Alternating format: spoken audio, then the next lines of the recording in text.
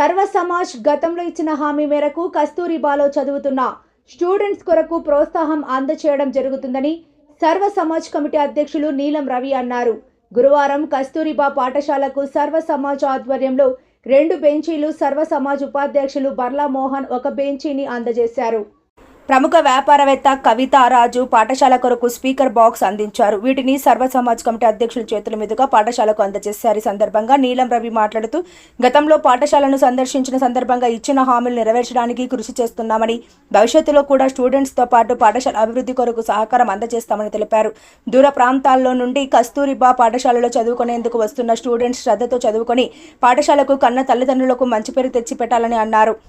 గిరిజన విద్యార్థుల సంక్షేమం కొరకు ప్రభుత్వం కృషి చేస్తోందని అన్నారు. ప్రభుత్వంతో పాటు పాఠశాల డెవలప్మెంట్ కొరకు దాతలు ముందుకు రావడం అభినందనీయమని పేర్కొన్నారు.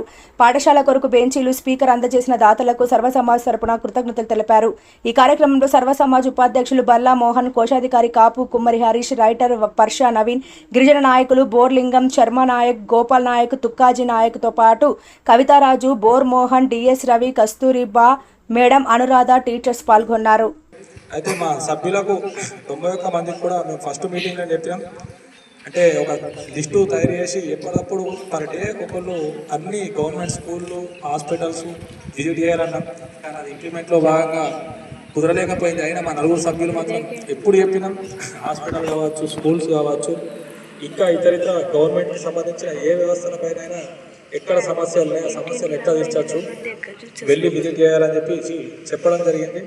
మా సభ్యులందరూ మా సహకారం చేసిర్రు. మా కమిటీ సభ్యులందరూ ఆ రోజు ఒక రోజు మేడం దగ్గరికి స్కూల్లో ఫుడ్ ఎట్లా ఉన్నదని చెప్పి చూద్దాం, ఇక్కడ ఏం సమస్యలు ఉన్నాయి అని విజిట్ చేయడం జరిగింది. ఆ రోజు ఫుడ్ తీసుకున్నాం. ఆ రోజు ఫుడ్ చాలా బాగుంది. అయితే మేడం చెప్పింది, ఇట్లా మేము అసెంబ్లీని నిర్వహించుకోవడానికి స్పీకర్ లేదు, మీరు ఎవరితోనన్నా డొనేట్ చేపిర్రి అని చెప్పడం జరిగింది. అయితే బయట పేరెంట్స్ పాపం వాళ్ళు అంటే వీళ్ళకు రెగ్యులర్గా స్కూల్ అవర్స్ ఉంటాయి కాబట్టి ఈవినింగ్ టైంలోనే పేరెంట్స్ని కలవడానికి వీలుంటాయి కాబట్టి వీళ్ళు 4 o'clock దాకా పేరెంట్స్ బయటనే కింద ఊపుకోవడం చాలా బాధ అనిపించింది.